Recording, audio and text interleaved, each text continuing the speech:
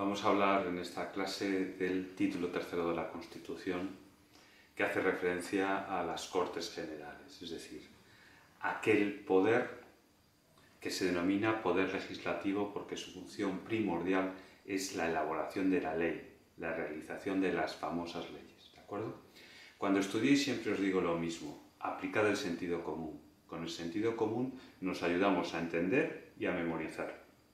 Este título está dividido a su vez en 3 capítulos y están ordenados por sentido común. El primero se denomina de las cámaras. ¿Qué quiere decir? Hace referencia a las cámaras que son el Congreso y el Senado, entendiendo por cámaras las asambleas, las reuniones en que, en este caso, los políticos establecidos en partidos políticos se reúnen en el Congreso y en el Senado. Es decir, para aprobar una ley tiene que pasar primero por el Congreso y después por el Senado. ¿Qué diferencia básica hay entre el Congreso y el Senado? El Congreso es la Cámara de Representación de la población, nos representa a nosotros, los ciudadanos, y su circunscripción electoral es la provincia. Y la distribución de los escaños, es decir, de los diputados, se hará en función de la población que tenga cada provincia, aparte de asignar un número fijo por provincia, pero se tiene en cuenta la población a la hora de asignar los diputados a cada partido político que se haya presentado. Mientras que el Senado es la denominada Cámara de Representación Territorial, porque se tiene en cuenta el territorio, es decir, los senadores se asignan independientemente de la población que tenga la provincia como circunscripción electoral, ¿de acuerdo? También habréis escuchado muchas veces el término Cámara Alta y Cámara Baja. Cámara Alta hace referencia al Senado y Cámara Baja hace referencia al Congreso. ¿Cuáles son las funciones principales de esas cámaras? Hemos dicho que la principal es la elaboración de la ley, a la que se unen también el control del gobierno, la aprobación de sus propios presupuestos y todas aquellas que diga la Constitución. Por lo tanto, lo habréis visto en numerosas ocasiones en la televisión, los rifirrafes, los debates, las controversias que se dan sobre todo en el Congreso. ¿Por qué? Porque si el Poder Ejecutivo, que es el Gobierno, nos gobierna, ejecuta la ley, tiene que haber un equilibrio de poderes, tiene que haber alguien que controle esa acción del Gobierno, que no tenga libertad, porque es libertad absoluta, en el sentido de que si no se controla, muchas veces se llega a las situaciones que conocemos a través de los medios de comunicación que no son realmente de carácter ejemplar, ¿de acuerdo?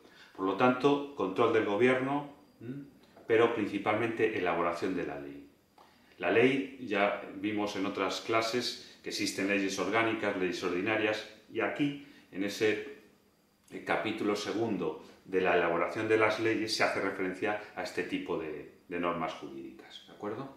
Que ya, vuelvo a repetir, lo hemos visto previamente. Una ley, alguien tiene que tomar la iniciativa para que exista una ley. Y la legislación diferencia entre iniciativa legislativa en virtud de quién tome esa iniciativa. ¿Qué es iniciativa legislativa? Lo que su nombre indica, algún órgano, alguien toma la decisión de intentar hacer una ley. Y se diferencian entre proyecto de ley y proposición de ley. El proyecto de ley, ¿qué es? Lo que su nombre indica, unos contenidos que pretenden ser una ley.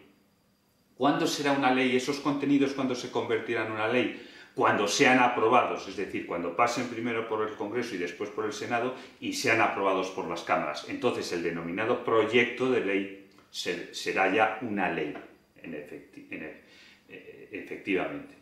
Y la proposición de ley es otro tipo de iniciativa legislativa, pero en este caso no parte del Gobierno, no parte del Poder Ejecutivo, sino parte de los diputados y senadores de las cámaras, de un grupo de diputados y senadores, y se denomina proposición de ley. También tenemos la denominada iniciativa popular, que es cuando se exigen un mínimo de 500.000 firmas por parte de las personas particulares para poder iniciar una acción legislativa. ¿De acuerdo? Y por último, tenemos en el capítulo 3 los tratados internacionales. Y os preguntaréis, ¿y qué hace un tratado internacional en el título de las Cortes Generales, que hace referencia a la realización de leyes? Pues es muy claro. Un tratado internacional firmado por España entra a formar parte del ordenamiento interno. Es decir, se convierte en una norma más que es aplicable en España.